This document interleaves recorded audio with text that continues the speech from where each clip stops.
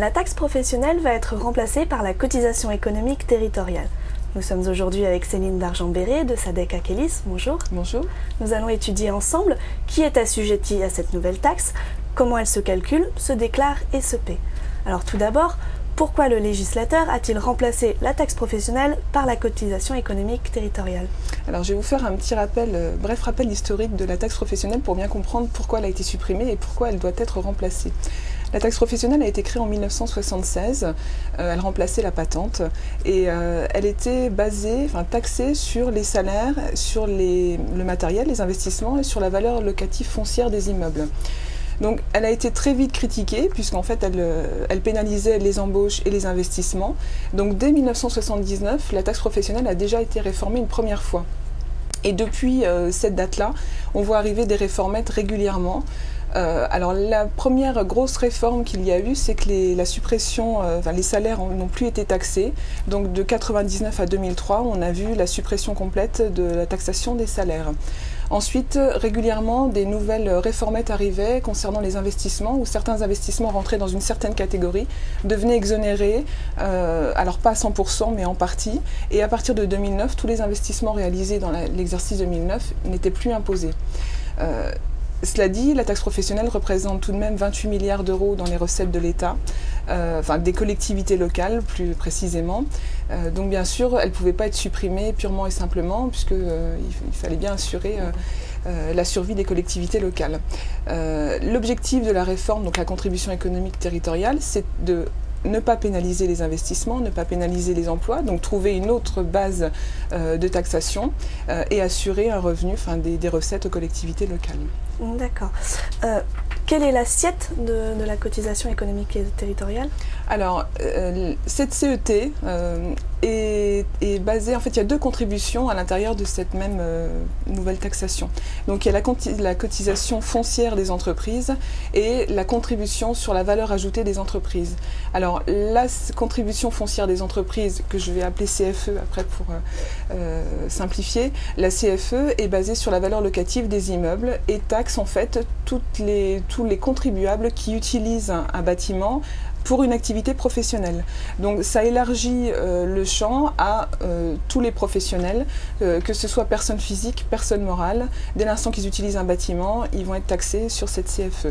La contribution sur la valeur ajoutée des entreprises, elle, en fait, va concerner une certaine catégorie de professionnels donc, qui réalisent à partir de 152 500 euros de recettes ou de chiffre d'affaires et avec des mesures d'exonération jusqu'à 500 000 euros. D'accord. Et comment se calcule la cotisation économique territoriale? Alors, la CFE est basée sur la valeur locative, donc la même que la taxe foncière. Ce sont les impôts qui définissent la valeur locative d'un bien. Et puis ce sont les collectivités locales qui vont définir leur taux, sachant que le gouvernement leur a permis de mettre une CFE minimum, c'est-à-dire que même un bâtiment, un bureau par exemple qui ne serait pas d'une valeur locative importante, les collectivités locales vont pouvoir définir une CFE minimum qui peut aller de 200 à 2000 euros.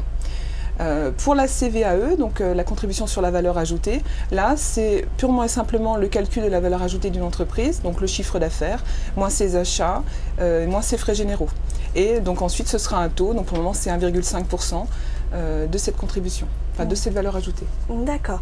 Une fois calculé, on va déclarer la cotisation? Oui. Alors au niveau de la déclaration, ça se passe un peu comme les acomptes d'impôt sur les sociétés, c'est-à-dire que il y a une première partie, alors pour la CFE, parce que c'est vraiment, en fait on parle de CET au global, mais il y a vraiment deux contributions bien distinctes avec deux déclarations bien distinctes. Donc pour la contribution foncière, le décalage est de 2 ans, comme la taxe professionnelle, c'est-à-dire que là au 31 décembre 2009, on va déclarer les valeurs locatives pour la CET 2011. Donc il y aura toujours ce décalage. Un premier acompte à verser au 15 juin, un deuxième acompte à verser donc, au 15 décembre. Et puis pour la CVAE, donc de la même façon, un premier acompte au 15 juin, un deuxième acompte au 15 septembre et le solde en mai de l'année suivante. D'accord. petit conseil pour conclure, comment les entreprises vont-elles contrôler cette cotisation économique territoriale? Alors déjà, avant de la contrôler, une petite précision sur cette nouvelle contribution, c'est que aujourd'hui, elle change fondamentalement quand même pour certains professionnels, puisque des activités qui n'avaient pas d'investissement, des prestations de conseil par exemple, n'avaient pas une taxe professionnelle élevée.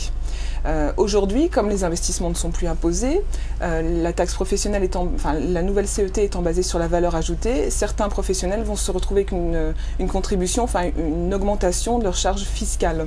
Alors bien évidemment, les industriels, eux, vont gagner, je vais dire entre guillemets. En revanche, toutes les sociétés qui font une bonne valeur ajoutée vont payer plus. Donc pour éviter ça, le gouvernement a prévu en fait une entrée progressive dans la réforme avec des systèmes d'exonération. Donc nous, professionnels, on va devoir calculer s'il avait été imposé en taxe professionnelle, combien il aurait eu d'impôts et combien il va payer de CET. Et cette différence, en fait, va être déduite à 100% la première année, 75% la deuxième, 50% la troisième et 25% la quatrième année. Ce qui fait qu'il va se passer 5 ans avant qu'on soit vraiment dedans. Cela dit, j'alerte un petit peu, moi en tous les cas mes clients, parce que c'est quelque chose qui doit être spontané, c'est une demande qui doit venir du contribuable et qui ne sera pas proposée par l'administration. Donc tous les gens qui ne sont pas au courant de cette mesure peuvent passer à côté, donc il faut faire attention. Et ensuite, donc, pour contrôler la CET, en fait, la partie foncière, ça revient à contrôler la valeur locative des immeubles, et pour ça, en fait, il faut s'adresser, il faut demander à consulter le registre du cadastre, demander la fiche qui définit en fait les différents éléments de la valeur locative. Alors il faut savoir que les valeurs locatives ont été définies il y a quelques années déjà, c'était en 1976. Elles sont revalorisées régulièrement, mais attention parce que si l'immeuble n'a jamais eu de travaux entre-temps, la valeur locative peut être anormalement élevée et vice-versa. Donc, pour la valeur ajoutée, en fait, le professionnel pourra vérifier tout de suite avec sa liasse fiscale, puisque nous, professionnels, on est obligé de déclarer donc, la valeur ajoutée dans la liasse fiscale, et ensuite, c'est simplement l'application du taux. Donc, voilà. Après, bien sûr, je pense qu'on va voir des gens se spécialiser dans l'optimisation de la valeur ajoutée, puisque, pour rappel, la valeur ajoutée permet, et en fait, la richesse créée par l'entreprise qui va se distribuer auprès des salariés, des impôts et des actionnaires. Donc après, bien évidemment, il y a des petites astuces pour réduire la valeur ajoutée. Très bien. Je vous remercie. Je vous en prie.